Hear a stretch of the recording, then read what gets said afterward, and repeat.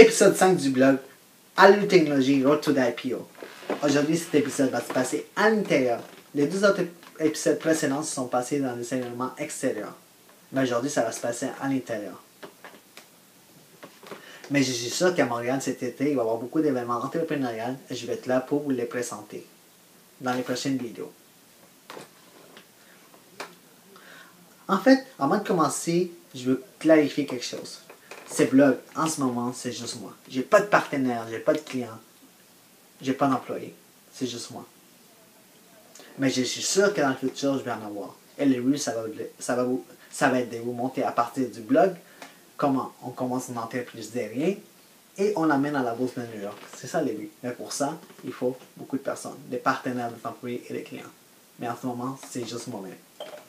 Aujourd'hui, le sujet de l'épisode 5, c'est la lecture. Pourquoi j'ai lu? En fait, je lis pour 3 leçons. Pour apprendre des erreurs des autres, pour ramasser des connaissances, pour être inspiré, guidé, du mentorat. En fait, je suis quelqu'un qui aime la lecture naturellement. J'aime la lecture. Depuis que j'étais jeune, j'étais obsédé par la lecture. Ma mère rentrait dans ma chambre puis elle me disait d'arrêter de lire parce que je faisais tard.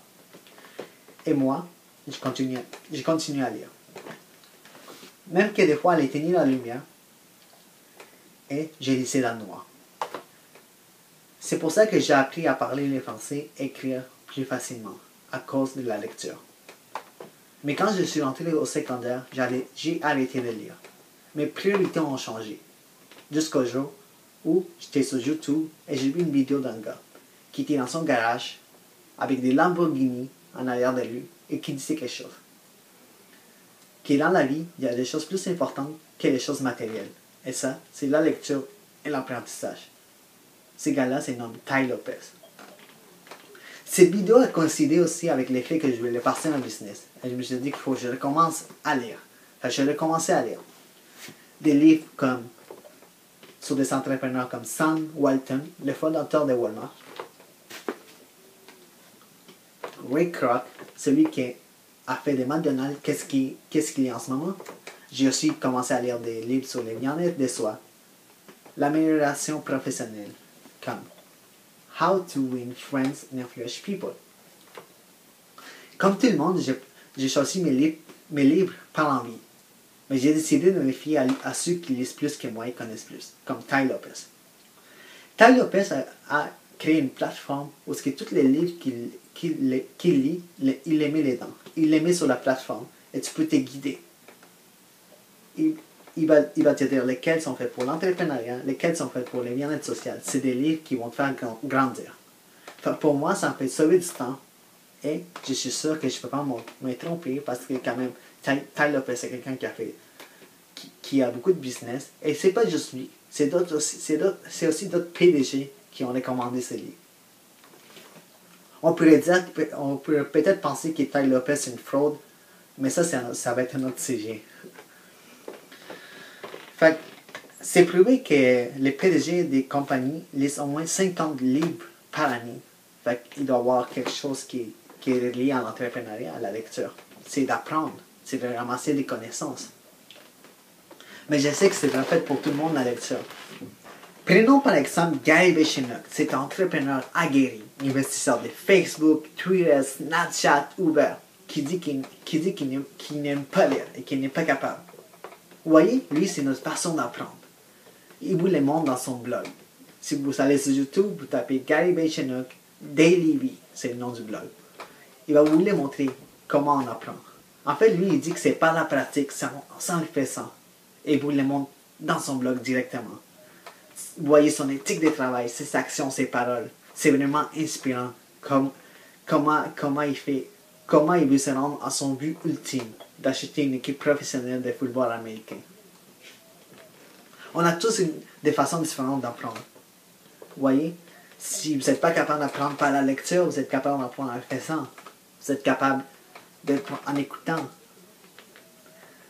Mais le plus important, et je pense que Gary le dit dans son blog, c'est vraiment de le faire.